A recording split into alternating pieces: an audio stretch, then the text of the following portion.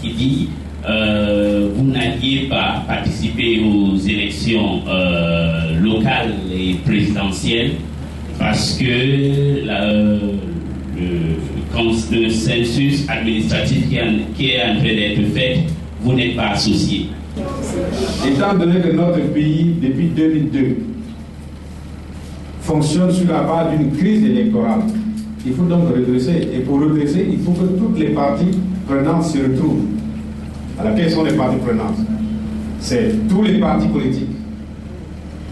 Non pas sous la direction du ministre de l'Intérieur, mais c'est la classe politique congolaise qui se retrouve, peut-être avec la participation de la société civile, pour regarder qu'est-ce qui ne va pas. Ce qui ne va pas, il faut commencer d'abord par connaître quels sont les électeurs congolais, c'est-à-dire le nombre d'électeurs, faire le central de justice spéciale, et nous avons dit qu'il doit se faire d'accord parti et de façon paritaire, que le traitement des données doit être fait exactement de la même façon. Donc aujourd'hui, qu'est-ce que vous avez constaté? Non seulement il n'y a pas eu de concertation IFO, c'est le ministre de l'Intérieur qui a rédigé ses papiers à l'Église. Il n'y a pas eu de concertation à Dorizi, c'est exactement la même chose. Et nous avons dit que tout ce qui était parti à Dorizi était des voyous. On ne peut pas discuter avec des voyous. Les conclusions tirées par les voyous ne sont pas à prendre en compte. Donc par conséquent, nous exigeons que la classe politique congolaise se retrouve en concertation large, que nous appelons les États généraux, et nous allons définir les conditions qui nous permettent d'aller aux élections. Les élections locales, nous n'irons pas. Et nous allons appeler notre peuple pour que ces élections n'aient pas lieu. Donc, il n'y aura pas d'élections locales. Nous allons demander à notre peuple de les boycotter, de ne pas aller à ces élections-là. Mais les élections présidentielles, mais ça n'y sera plus. Donc ça ne le concerne même pas. Nous ne comprenons même pas pourquoi il fait ça. Il n'y sera plus. Il peut faire tout ce qu'il a fait là, les gestes qu'il fait, révision constitutionnelle, les histoires. Peut-être certainement la possibilité d'appeler les jeunes à se déverser dans les rues de Brazzaville et d'autres localités pour dire troisième mandat pour le président Sassou. Mais on sait, il va aller ramasser les petits voyous, essayer là de donner 10 000 francs, 2 000 francs, etc. pour crier ça. Mais ce sera peine perdue, il n'y sera pas. Donc ce rendez-vous ne le concerne pas. Peut-être en tant que citoyen, il faut qu'il vote. Mais en tant que candidat, non. Donc, toute la classe politique, le peuple congolais sont intéressés par ces élections présidentielles. Mais il faut qu'elles se déroulent dans les bonnes conditions pour que les Congolais aient la possibilité de choisir l'homme ou la femme appelé à présider aux destinées de notre pays dans des conditions qui soient des conditions acceptables par tous. Nous n'avons pas dit que nous ne sommes pas partis à la télévision, ce n'est pas égaux. Pourquoi nous décidons de faire ci? Non, il n'y a jamais, nous ne considérons pas ça. C'est nul et de nul et fait. Ce que nous voulons, c'est maintenant qu'il faut le faire. Il faut, la presse congolaise, on dirait que vous ne suivez pas, nous avons toujours dit ça. On a longtemps dit qu'il n'y a rien eu. Regardez ce qui se passe aujourd'hui. Le président de la commission de recensement administratif, c'est Mboulou, vraiment. Ça change quelque chose? Le président de la commission technique, c'est Antoine Yvundou. Ça change quelque chose? Mboulou est le ministre de l'Intérieur qui a donné des faux résultats. Antoine Yvundou est le directeur des affaires électorales qui a préparé les faux résultats de Mboulou. Donc ça ne change rien. Pourquoi voulez-vous qu'ils viennent se dédier? Ils vont venir confirmer ce qu'ils ont fait en 2012. Mais les gens qui utilisent les vecteurs les régionaux, mais c'est les mêmes préfets, les mêmes maires, les mêmes préfets, les mêmes... C'est les mêmes personnes. Donc ça ne change strictement rien. Alors, tant qu'ils ne l'ont pas fait avec nous, ça veut dire que c'est nul. C'est zéro, le peuple ne va pas participer à ça. C'est ce que nous leur disons. Il faut que ce soit très clair. Les journalistes, notez ça. J'aimerais m'avoir un éditorial à votre télévision pour dire, mais président Sassou, puisque vous ne serez pas candidat en 2016, pourquoi vous faites ça? Laissez le pays dans la liberté. Il n'y sera pas. Il ne sera pas. Après 30 ans de pouvoir en tant que chef d'État, 45 ans de règne à la tête de l'État. Mais ça suffit, les Congolais en ont marre. Il faut que ça s'arrête là. Voilà pourquoi nous disons, bon, on est gentil, Dans les autres pays, qu'est-ce qu'on fait? Voilà, dans les rues, on fait des manifestations. Mais nous sommes des gens civilisés, les démocrates, on dit non, il faut que tu comprennes que ce n'est pas ça. Vous ne trouverez pas un seul dirigeant au monde qui dira au président Sassou et président, il vous faut un troisième mandat. Il n'y en aura pas. Passez dans tous les pays démocratiques, vous ne trouverez pas un dirigeant qui donne ce conseil-là. Le seul conseil qu'on va lui donner, ah, vous avez fini, il faut partir. Moi, je vous rappelle l'éditorial de Ben Ahmed dans le Jeune Afrique, le dernier numéro. Qu'est-ce qu'il dit? Tous les dictateurs qui insistent finissent toujours mal. Mais nous sommes les frères congolais, le président Denis Sassou Nguesso, on ne veut pas qu'ils finissent mal. Pour qu'ils ne finissent pas mal, qu'ils arrêtent avec la dictature et qu'ils disent maintenant j'ai fini. Il va faire une déclaration. Il n'y a pas de Télé Congo ici. Télé Congo, invitez-le qui va faire une déclaration. Moi en 2016, je ne serai plus candidat. Voilà, M. Smith, vous pouvez le faire, non? Appelez-le. Dites-lui, président, venez déclarer, vous en 2016, vous êtes disqualifié, c'est fini. Alors laissez les autres préparer les meilleures conditions pour aller aux élections. Mais les élections locales qu'il fait, le recensement, d'ailleurs, il a oublié. Le recensement qu'il fait aujourd'hui, ce n'est pas pour les élections locales. Le recensement qu'il fait, ce n'est pas pour les élections locales. Parce que les élections locales, il désigne les gens, un tel est élu, un tel est élu. Mais c'est pour le référendum constitutionnel qu'il veut organiser en 2014 pour modifier la constitution. C'est pour l'élection présidentielle parce qu'il voudrait que son rejeton soit candidat. Allez, il sera président. Et dis donc, tel père, tel fils. Vous prenez les Congolais pour des imbéciles? Ça ne se fera pas dans ce pays. Il s'agit d'une question très sérieuse. Hein. Il s'agit d'une question nationale. Il s'agit de l'avenir de notre pays. C'est des questions sérieuses. Ah, je n'ai pas le micro de donc je disais qu'il s'agit, je vais dire 2 ou 3 petits mots, parce qu'il s'agit d'une question sérieuse, il s'agit d'une question... Ah bon, on n'entend toujours pas? Mais enfin, les journalistes m'entendent. Non, d'abord, il faudrait que nous réaffirmons que nous ne sommes pas contre l'organisation des élections dans notre pays. Nous sommes des partis politiques et nous sommes appelés à prendre part à l'expression du suffrage national. Ça, c'est par principe. Sinon, nous n'existerions pas. Tous les partis politiques qui se créent ont des idées, ont des programmes, et ils cherchent à solliciter le suffrage du peuple pour diriger ce pays. Donc, par principe, nous ne sommes pas contre.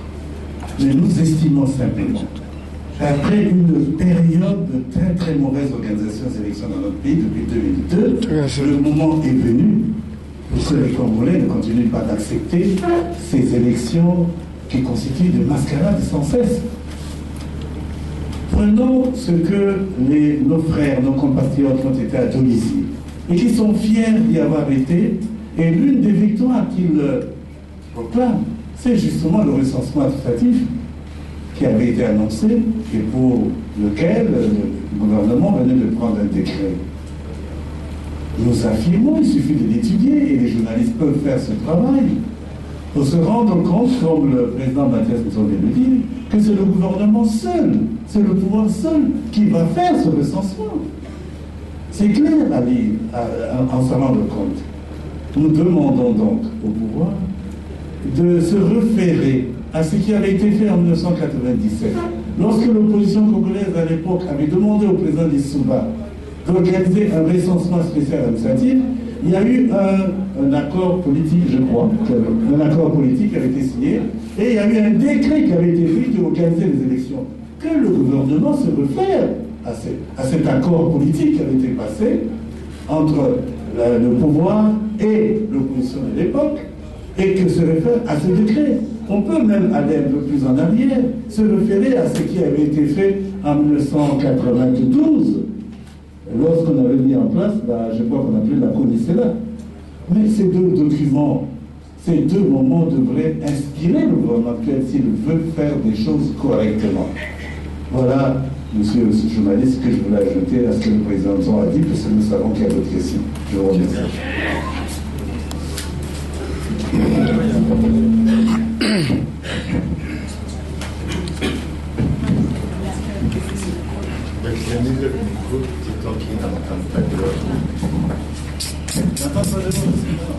Bon, je crois que la question de M. Smith nous a déjà été posée à plusieurs reprises. Cette question devrait être posée au président Sassou. Cette question devrait être posée au président Sassou. Pourquoi? Parce que le président Sassou a été à l'opposition. Et lorsque le président Sassou a été à l'opposition, tous les Congolais savent quelles sont les positions que le président Sassou a toujours défendues en ce qui concerne la question du corps électoral et en ce qui concerne l'organisation des élections démocratiques et la deuxième chose qu'on peut demander, d'autres aspects questions qu'on peut poser au président Sassou, c'est lorsque le président Sassou a été président de l'Union africaine que l'on a adopté la charte africaine de la démocratie, des élections et de la gouvernance. Pourquoi le Congo ne peut-il pas ratifier ce texte qui demande à tous les dirigeants africains d'organiser des élections libres, démocratiques et transparentes? La troisième question qu'on pourrait poser au président Sassou, qu'est-ce qu'il pense du conseil du président Barack Obama lorsqu'il dit que l'Afrique n'a pas besoin d'hommes forts, mais des institutions fortes? La quatrième question, au dernier sommet de l'Union africaine, le président Oni Yali, président sortant de cette organisation, a conseillé ses collègues de mettre en place des systèmes d'organisation des élections libres, démocratiques et transparentes. A demandé à ses collègues de ne plus trépatouiller les constitutions et de respecter les constitutions adoptées par la population.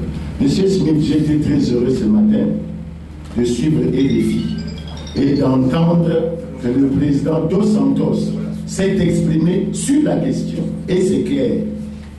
Je pense qu'en ce qui nous concerne, quand vous parlez de Dolissi, après Evo, mais le ministre de l'Intérieur devrait démissionner depuis longtemps. Si je prends par exemple Evo, vous savez que l'une des choses qu'ils avaient retenues à Evo, c'était de mener les opérations préélectorales et électorales conformément à un programme qui devrait tenir compte des exigences et du respect des lois et règlements de la République. Vous savez bien que ça n'a jamais été fait. La preuve, on pense maintenant qu'il faut reporter les élections. Ensuite, pour revenir plus précisément à votre question, quand vous prenez Dolissi, c'est quoi au plan électoral? C'est enfin la reconnaissance par le pouvoir qu'il y a une véritable crise électorale. Et Evundou, qui est le directeur général des affaires électorales, a reconnu que depuis 2002, aucune élection libre, démocratique et transparente n'a été organisée dans ce pays. Réponse, question. Est-ce que le recensement administratif spécial est prévu permet de corriger cette situation? Nous disons non. Pourquoi le président Sassou choisit-il la voie de la fraude et de la tricherie pour que l'on vive les élections telles qu'on les a vécues jusqu'à présent? Je crois que le problème fondamental, il est là. Maintenant, nous ne voulons pas être exclus des élections. Si nous avons créé des partis, c'est parce que nous voulons participer à toutes les élections. Mais nous voulons participer à des élections libres, démocratiques et transparentes. La différence, lorsqu'il y a la confrontation des idées, et nous disons, dans ce que nous disons, il est bon que le président Sassou n'espère pas nous exclure au local et au présidentiel. Nous tenons, nous sommes des Congolais, nous tenons à y prendre part. Et la question est beaucoup plus dans son camp que dans le peuple. Quand Filou, le candidat du PCT a été déclaré avoir eu 4 997 voix alors qu'il avait 2600 votants. C'est de la fraude. Elle est sanctionnée par rien du tout. Et les exemples, ils sont nombreux en la matière. On lui dit, asseyons-nous aux États généraux, fixons les règles du jeu et faisons en sorte que les Congolais choisissent véritablement de vrais dirigeants et qu'on sorte de cette vision de la nomination des dirigeants congolais qui ne fait que nous amener dans des frustrations, dans des humiliations, et ce n'est pas une bonne chose. Je crois que mes camarades ont répondu à cette question, mais je voudrais ajouter une chose. au-delà du suffrage, au-delà du fait que partis politiques vont concourir au suffrage, il y a la vie et la sécurité des Congolais. Tel que les choses se présentent, les élections étant biaisées, faussées, nous risquons de connaître encore d'autres violences, d'autres morts et d'autres destructions. Et nous ne pouvons pas accepter cela. Si le pouvoir n'a pas conscience de l'intérêt de la vie des Congolais, nous sommes préoccupés par cela. Et c'est aussi une des raisons pour lesquelles nous voulons la transparence dans le processus électoral. Et vous, Dolizy, c'est une réunion de copains pour organiser des élections fausses. Ça ne sert à rien. Jusqu'à présent, ça a été des sélections. On choisit M. Smith, on en fait un député, ou on en fait un sénateur, on choisit M. Y, on en fait un conseiller. Il faut arrêter cela. Malheureusement, on a vu que l'élection a eu lieu dans les conditions que chacun peut commenter selon ses convictions. Mais aujourd'hui, ce même discours revient. Je me demande, est-ce qu'on ne va pas se retrouver dans la situation devant laquelle on s'est retrouvé en 2012? Non, je crois que vous avez mal interprété le Nini, comme on l'avait dit. Mais nous considérons qu'effectivement, en 2009, il n'y a pas eu d'élection. 95% d'abstention, ce n'est pas une élection. 5% seulement des Congolais sont allés voter. Ce n'est pas les élections. Et non seulement 5% ont voté, mais j'ai déjà lancé un défi au président Sassou qui me disent quel est le score il avait fait réellement. Moi, j'ai dit qu'il n'atteint pas 30%. Il n'y a pas eu de vote, c'est un coup d'État qu'il y a eu. Il s'est levé, il dit j'ai été élu président. C'est un coup d'État. Il n'y a pas eu de vote, mais il s'est imposé comme président de la République. Et nous, en raison du sang versé par les Congolais, de la détresse, la délation qui règne dans toutes les familles, nous avons dit tout a eu une fin, vas-y. Voilà l'attitude des Congolais. En 2012, vous savez que le taux de participation aux élections législatives était de 14%. Pas plus. Ça veut dire que les Congolais ne veulent plus. Ne veulent plus. 86% d'abstention aux élections législatives. Oui. Nous avons dit que ce congrès qui a lieu actuellement n'est pas le congrès que nous attendions. Que nous ne pouvions pas y être. Nous sommes suffisamment expliqués. Et vous nous demandez qu'est-ce que vous allez faire. Naturellement, nous n'allons pas nous croiser les bras. Tout parti politique est une association. Donc composé des associés. Et nous sommes les principaux associés de l'UPADES. Parce que nous sommes, ceux qui ne font pas partie de ce congrès, qui ont refusé ce congrès, je peux dire qu'ils sont les principaux associés de l'UPADES parce qu'ils sont les fondateurs authentiques, historiques de ce parti. Et on peut le démontrer. Et ceux qui dirigent, qui ont initié ce congrès, qui dirigent ce congrès et qui vont devenir les chefs de ce parti, leur parti, n'ont pas été au début de ce parti. Je ne veux pas dire que je minimise tous les noms, non, mais c'est bon de rappeler l'histoire. En ce sens que ceux-là peuvent tout faire pour casser ce parti, ça ne leur dit absolument rien. Ils peuvent travailler à liquider ce parti, ça ne leur dit absolument rien. Nous sommes ceux qui ont enfanté ce parti. C'est notre enfant et nous tenons à le protéger. Je n'ai pas envie de vous rappeler l'histoire de la Bible avec le roi Salomon. M. Sassou ne veut pas d'apaisement. Mieux, il bande ses biceps aujourd'hui par divers artifices sécuritaires pour créer dans l'opinion, dans le pays, le sentiment d'insécurité. Mais tout cela repose sur rien. Moi, je suis officier et je vous parle du rôle justement de ce métier que je connais bien.